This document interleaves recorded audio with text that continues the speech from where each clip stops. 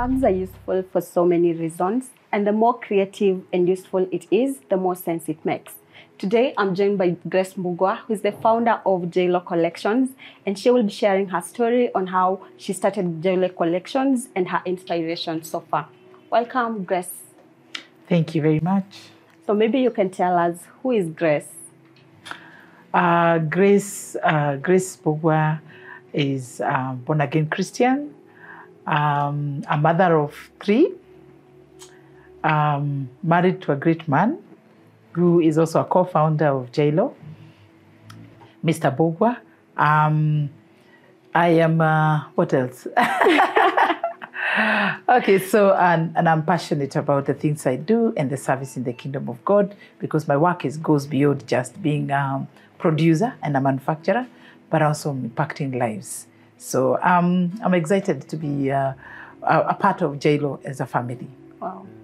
And what is Jeilo Collections? And just describe to us exactly. I know it has a meaning for you, and also you can tell us that. When we started Jeilo and the work that we do, it was inspired by an experience, a personal experience that I had. Previously, before I came into business, I was running an non-governmental organization which called WELL. And for 20 years, I had been working with women and different women of survivors of violence and people who had gone through experiences. And during that was more of education, economic empowerment, training, and imparting values on how we treat women even as a country. So one of the things that came out in my experience was also education. We used to use materials and products. At that point, we used to use bags, we used to use accessories that have a message, that will carry the message. And so during that season, I used to have to look for items that would brand, particularly bags. And it was very difficult to get the kind of brand. And those days, there were not as many people producing bags as today. And so one of the challenge I had was to get someone who would make, like the order we would be making of more than 3,000 bags that are branded and made locally, because most of the times you'd get things that are there, they are available, but made in China. And I'm very conscious about where we would source. So one of the things, because I know eventually where you source is where you employ. Yeah. And I want to employ Kenyans. So one of the things that we did was to look for bags. So people would do bags. And even if they were small, we would look for spaces, would hire the spaces and bring them together with their machines, so that they are trained and they are supported for quality control by somebody who is from our side. So we would source a trainer who would spend time with them, with their machines, and make sure that they are producing the product. But that was my vision, not necessarily the people I was engaging. So after the events and after maybe the order that we were doing, they would all go back to their own personal spaces. So which meant that this was not sustainable. And so as a business, we decided to think through, okay, so my need was not necessarily everybody else's need. And so the gap that I had found, I needed to address it, and professionally. Again, when you go to a place and you say you're called Mama Kenya Empowerment, it just switches you off to some group, which is like a chama, which is not even efficient and likely to fail you in your order. So we got those connotations in different places. And so we discussed with my husband and decided to create Jeilo Collections. And we changed the name because it means a lot to us. As Christians, we believe that Jesus is our Lord and our Master. And so what it meant was to make a conscious decision and name our business Jeilo. So one of the things that we recognized is, as much as we started a business where we were working with other people, we needed to have a more structured way to make the business more sustainable and also have an impact. Because most of the times when you're doing things that have any connotation or any link to some level of donation free things, it means it's not sustainable. So we needed something that makes it a sustainable business, professionally done, and also profitable. And so we decided to go ahead and identify a space where we would do this, but that was first in our house. The first space was actually the servants' quarter, and we converted it to be a resource center. This was after we got our first orders, because initially we used to do outsourcing. We would go to fundis and they would make for us, I just monitor that they would make what I have given them as my order.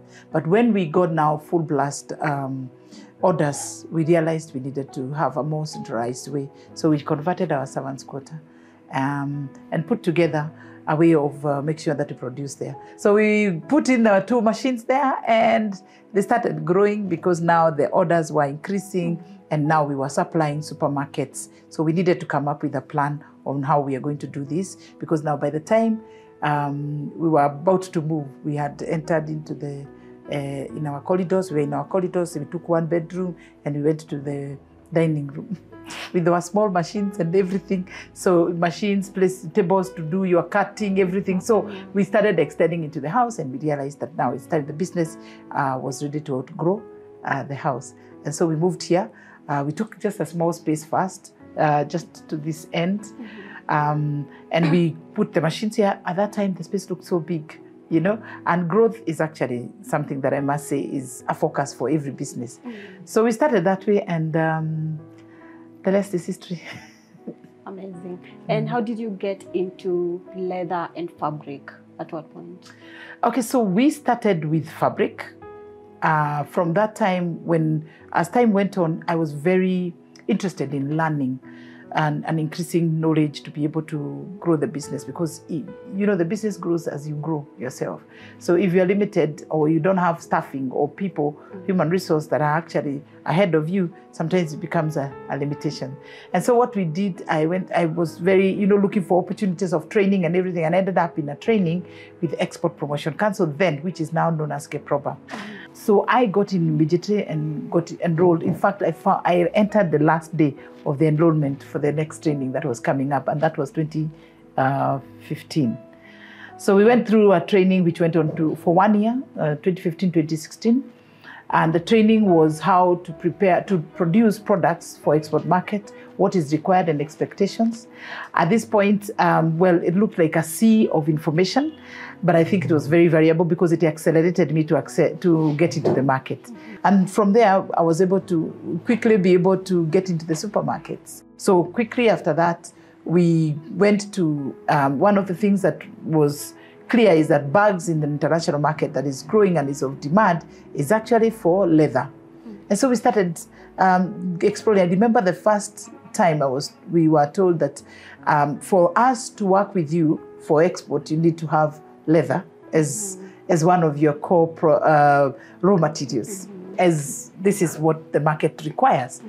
And so that means a lot of training, a lot of understanding. And so I went to Bata. That time I only knew the only people who sell leather is Bata. Yeah. And so I visited Bata, but I didn't have knowledge on there's a difference between which leather, for shoes, for belts, for handbags. So I bought all this leather out of excitement. Oh, this would look nice on a bag. But it was actually a shoe leather.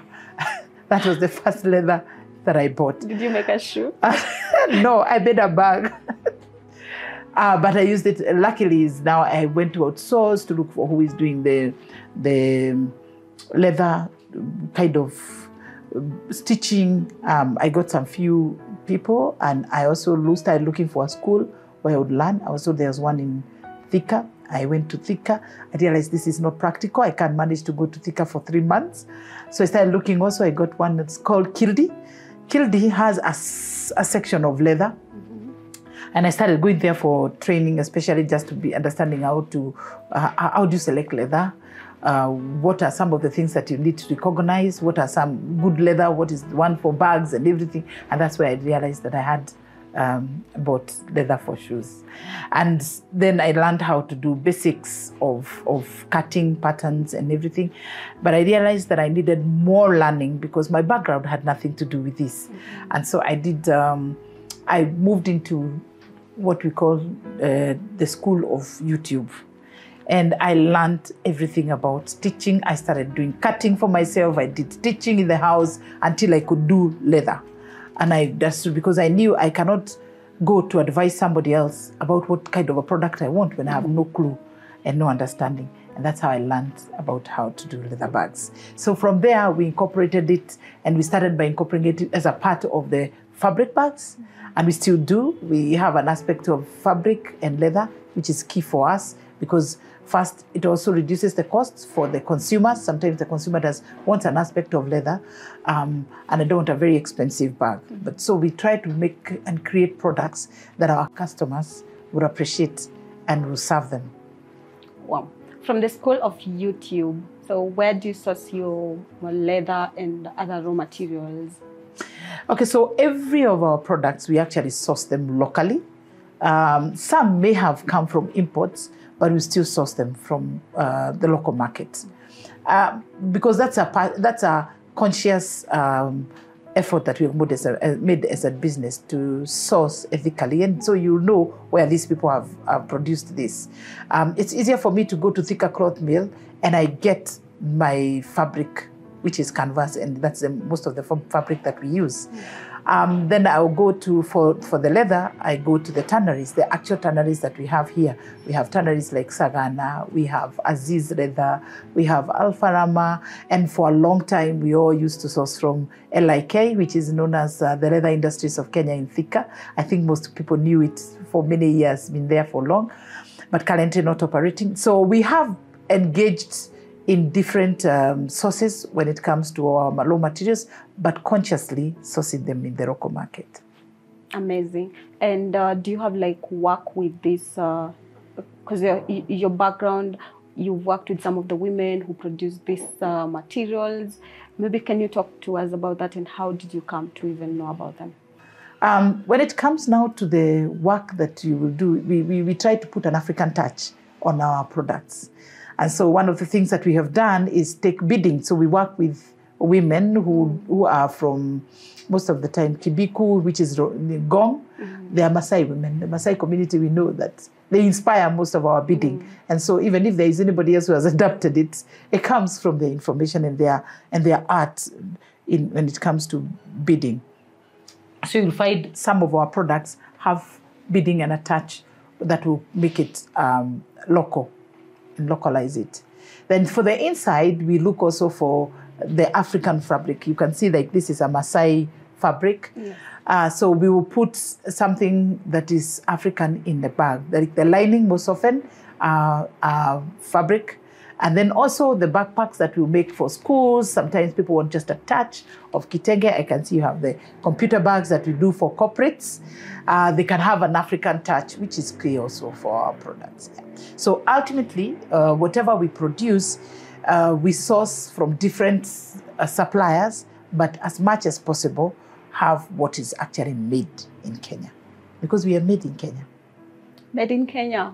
So from 2015, from the time of joining the business until now, that's quite a long time in business. What can you say maybe has been your experience in the market and being a Kenyan for Kenya business? How has been the reception in the market as well?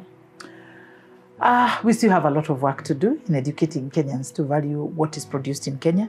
There is a notion that maybe the products may not be as competitive as they should be with maybe competing with China or something. But I think it's time for us as Kenyans to believe in our products. First, because every time we buy an imported product, we are actually employing somebody else who is not Kenyan. So we have a responsibility to make sure that we give back to our communities by supporting the Kenyan brands. And with that, even the other countries grew by support which started at home. And then they grew to other countries. Because whatever I've been able to sell here, it means I can sell it somewhere else. So as a business, I'm able to export once I've started here. So one of the things I would say, you know, I've tried many businesses. You mentioned earlier about the history in entrepreneurship. I tried many businesses. I'll tell you, I was one time having a butchery. As you laugh, I've realized that as an entrepreneur, you keep changing and shaping up until you're able to know where you are and where your heart is. So I can say that over time, I've learned that creating products is very fulfilling for me as much as it's fulfilling for my customers. I will see and people are carrying my bags on the road and I want to, you know, take pictures with them. You know, I'm so excited because it means it's serving someone. And it's our prayer even as whenever we release the products here, so the Lord may use our products to be a blessing to someone, whoever buys it. Maybe you can talk to us about the challenges that you faced along the way, sourcing locally. I know there's a notion of the fundis in Kenya, how they delay on delivery and also just doing the work that is given to them. What has been your experience with that, and how have you been able to overcome some of the challenges? The story of foodie is a culture, but businesses determine the culture of their own. So as a business here, delivery on time is key. And communication to our partners is critical for our client, because they have given you a deadline. And if that deadline passes, it means you have lost an opportunity of trust. So for me, that is critical. So as a business, we have parameters. And in the event that there could be a reason for anything, because some of these may be beyond your control. I would say something like sourcing for leather. Leather, if you're very specific on your color, it will take 14 days for you to get your product. 14 days for them to deliver and not for me to produce.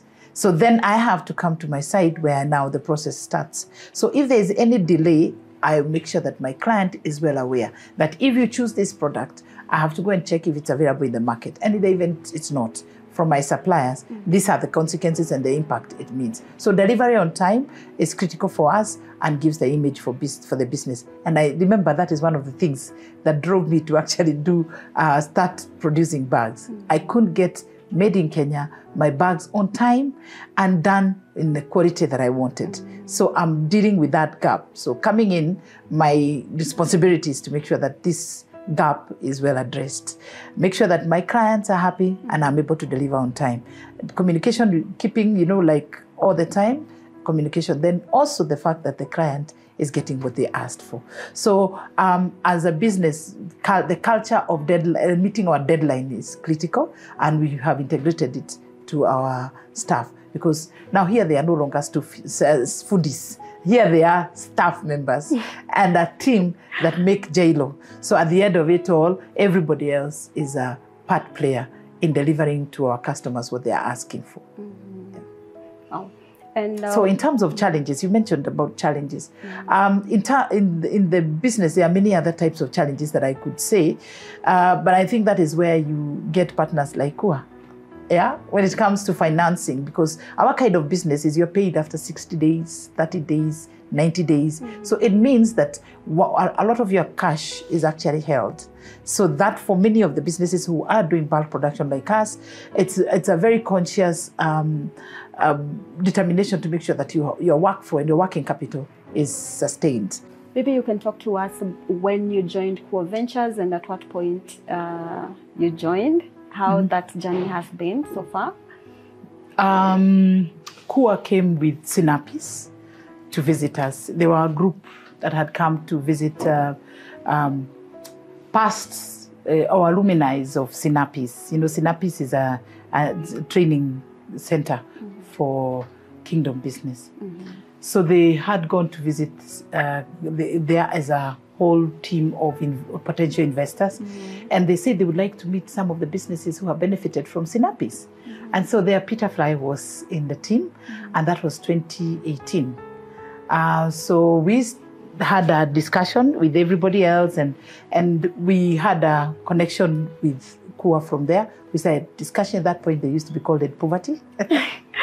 So Kua is new. Poverty. Kua is Kenyan. It's a part of Ed Poverty. So they came, and they say they usually invest on training to make sure that they support SMEs to be investor ready.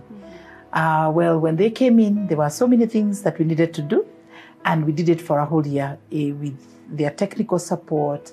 They gave us somebody in marketing, they gave us someone in accounts, they supported us with technical support even for how to pitch, what are some of the things that you do, what are the preparations that you require, what is it that they look for as investors, whether it is them or somebody else that will invest in us, what is that we needed. So in 2018 and 2019 and a little bit of 2020, but 2020 was more virtual when COVID happened. So most of it we were still doing. And by 2019, we had our audited books, we had our systems in place, we had procured all the things that we needed. And by the time Kua was now established, I think around 2020, 21, is we were ready for absorbing capital from KUA. And so we started the journey together. They have really been great resource. A lot of coaching even for me also and my staff.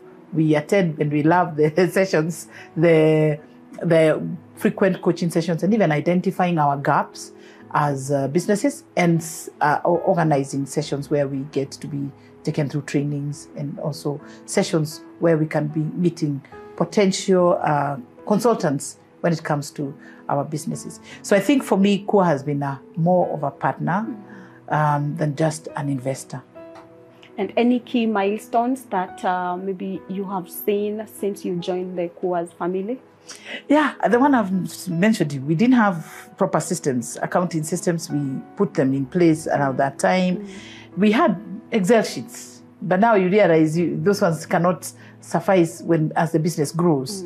So one of the things that was that we're able to also get into product development, training, getting other people who can support us.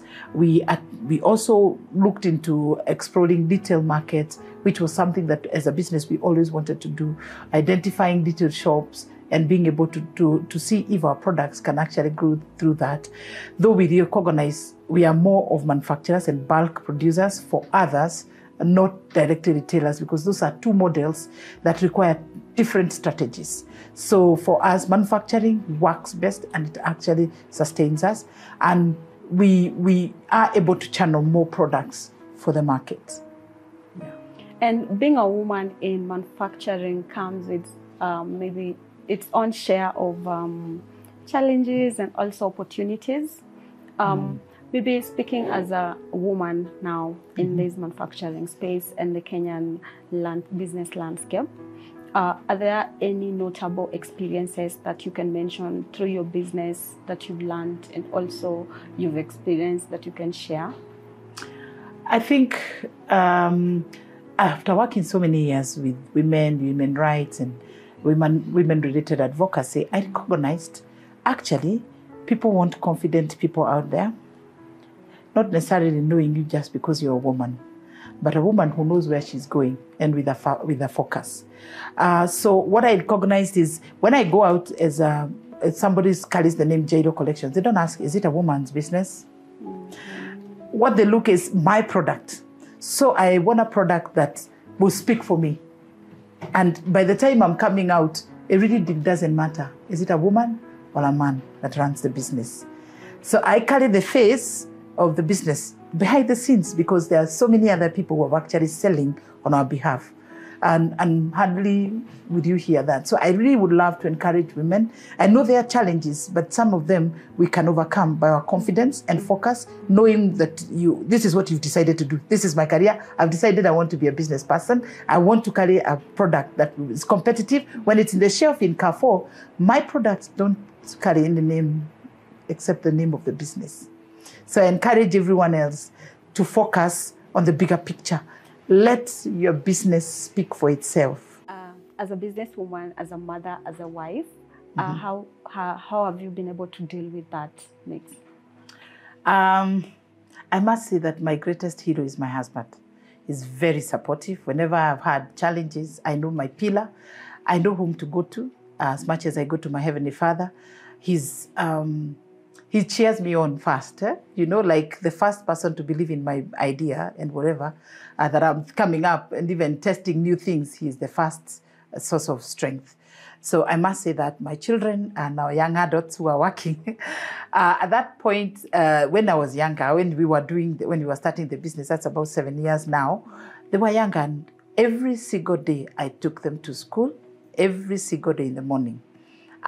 When the business was a little younger, I used to pick them as well at 3 o'clock. So I did that from their entire school life until they went to university, when they now became independent. And because that is the only time I'm able to connect and know about their lives. That's when I get to know what is happening in their school, what are challenges, where are they being bullied, or what is the challenge they're having in school, because they talk throughout at that age. So for me, it was very key to connect with them. So business or no business, my family comes first. And I value the fact that God has given me wonderful children, and a great husband, now 26 years old, 26 years of marriage. So the part of their lives now, now we connect almost online. You know, children at this age, they are independent and they are moving on. So connection point is the part that I needed to also be very active was then. But even now, I know that set time, when we do our home fellowship or whatever that we do as a family is key, and that I cannot take away. And that is why I'm conscious to put time aside on my family time. If it is on Saturday or whatever the time, I make that's a conscious effort that you have to put in business. Whether you are a woman or not, you just have a responsibility to your family, because if anything is bad is happening at home, you can't concentrate in your workplace. So once that you're at peace, you more or less are able to drive everything else, every other agenda. Yeah. That's really inspiring to say that you have the balance of we can say work-life balance, because if you're able to manage your family and still have time for your business, which is thriving, and that takes me to my other question about this place where we are at Jeilo right now. Speaking on the impact and also maybe job opportunities that you've been able to create, what can you say that has transformed for the 7 years? Wow. I don't know how many people we have employed or have passed through our hands. I will not tell you in totals. But one thing I know is that we've gone into highs where you're having over 30 staff members, and there are times that depending on the seasons, you also have a lower number. So one of the things that we do is we believe in training and giving people opportunities to learn. And so that is one of the ways to nurture the young people, as you say. So we work with NITA. NITA gives us the students who come here for the 3 months, and some of them are absorbed as employees of Jeilo. So that is one of the things that we do as a way of impact. And then being in this community, we have quite a number of staff who come from around here. And then you see whenever you have need for casuals, you identify people to mobilize them from around. I remember when we were doing in 2020, because immediately COVID hit, we went home for 2 weeks, and I really prayed and asked the Lord. Oh, did you close the office? We only closed for about 1 week, 1.5 weeks. And in that season, I remember my husband telling me, think about these masks. How are these masks being done? So the first day we attempted to make masks. We spent the entire day here doing one mask. You know, like you would do this and it goes smashes on your face, or it just, then it doesn't fit because it's something that we hadn't done before. But I tell you, it was our lifeline throughout COVID until 2021 end. We produced masks for the government, we produced masks for schools, we did a lot of product, and that really enhanced our, you know, that is where you know how God works. That even in that season, He gave us a way out. I remember him telling me, make just one flyer. I'll help you, we send it out. Because he was also concerned, we have employees. You're thinking, okay, so now you're going to let them go, or what will you do? And these are families. People represent families. You know, on average in a Kenyan home, you'll be having like 5 people depending on you. So once you are gone, we know that as much as we want to have quality in terms of people we have employed, at times you have to let people go. The priority comes to how much can we do to sustain this person. And so he told me, do a flyer. Let's send it out and see. We sent out the flyer, and the following day we found a queue here outside our door in the morning, because, you know, there was curfew, so the day was short. So we were coming to the office at 7 o'clock, and there were people here waiting to buy masks. So we channeled masks after mask. We bought machines. We produced like, the only thing we couldn't do 24 hours because of those whole curfew thing. And, you know, there was a panic and everything. But that was a lifeline because nobody was carrying a bag. No school was opened. Nobody was traveling. Nobody was going to work. Everybody where bags are used, we had to rejuvenate and create ourselves. And so we did bags, we did clothing, because there were a few events that were happening. So in those few events, people still wanted to do clothes. There were no, so we just asked ourselves, like, Moses, what do you have in your hands? And did that inform your business strategy going forward in terms of products? Yeah, it influenced because we created a whole line of products. We created, everybody was at home. So we did pet beds for dogs. We did, we had to be creative. We did home cozy things. We did bin bags, as in we had to do what people needed then. And so we created, and then there we created a market because we were supplying other shops. So they still order those products. They may not be our core business, but they still are part of our products that we produce. So that's what happens now. You just have to be in business throughout. Innovative. Yeah, creative. Mm-hmm. Then the other aspect is, you see, as much as we are producing, there is waste. When it comes to waste, we have created ways of using the waste to maximize on our raw materials. So we create new products that actually go to the market. Behind you, you will see a table mat, small table mat. You'll see mouse pad. You see, so all these are from waste. So we create new products. So we could call it circular economy, where you new products from your waste. That takes me to my other question of the fashion industry being one of the biggest waste producers. And I just wanted to find out, how do you manage your waste? And it's amazing to see that. There is always a new product you can do with the waste. We try and make sure that we have the most minimal waste. So we create also small items like small animals from the waste material. See, when you cut fabric, you are left with small pieces. Yes. So you stuff them inside a small animal. So you get to see the small animals. So what I'm trying to say is we try to maximize on our raw materials, because again, that one also is a way of sustaining ourselves as a business. Because as much as I give that, especially when you're doing large productions, there's a lot of waste. So coming up with a strategy, so we just train the community here. The once in a while, they come and we stuff and make those small animals. And they are all sold in curio shops, in shops for tourists. They are also home decor items. So creativity is a part of our sustainability plan. And going again to also how we manage and do this, it's integrated within our training, within our staff. So everybody knows we never throw away waste. We have done what is called Kaizen model. Kaizen model is a continuous improvement.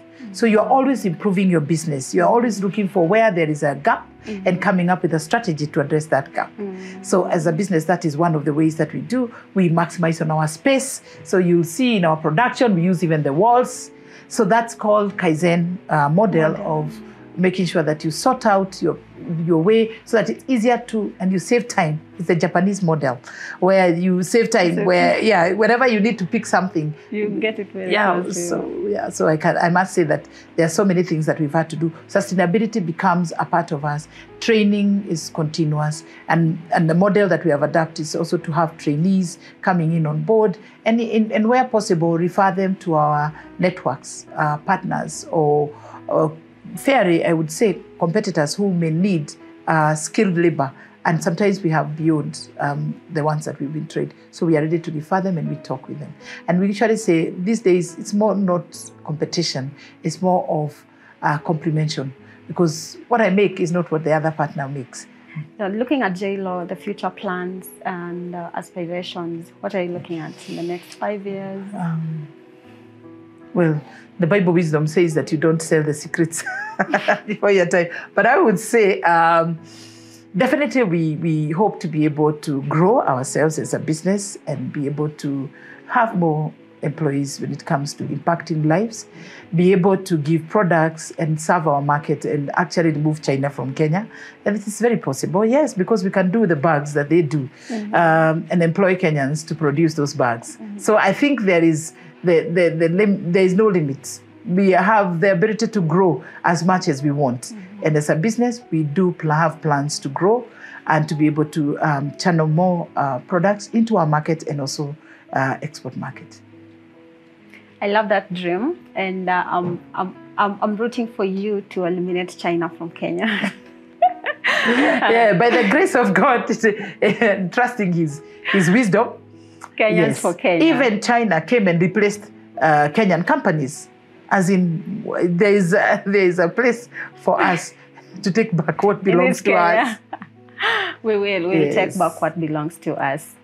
And finally, just a final word. You can say any final word that you want to say to any person who is listening to us, some of our entrepreneurs, and also our Core Ventures community.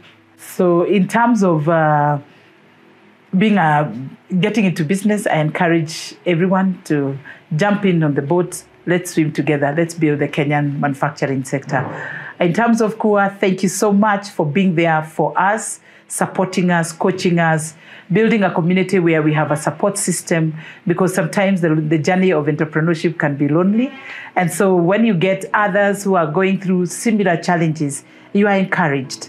Then again, I must say that trusting God in your business, let it be your pillar, because in the end, he never fails. Human beings may fail us, but God will never fail us. He's faithful and he keeps to his promise. Encouraging those ones who have only heard about KUA. Core Ventures is a good partner when it comes to financial support, working with them for technical support as you grow and get ready to actually absorb investor partnership. Thank you very much, and wishing you all a blessed season. Thank you so much, Grace. And to all those who are listening to us or watching us, that has been Grace Mbugua from Jeilo Collections. I have been your host. My name is Pamela Okutoi, and see you on the next episode.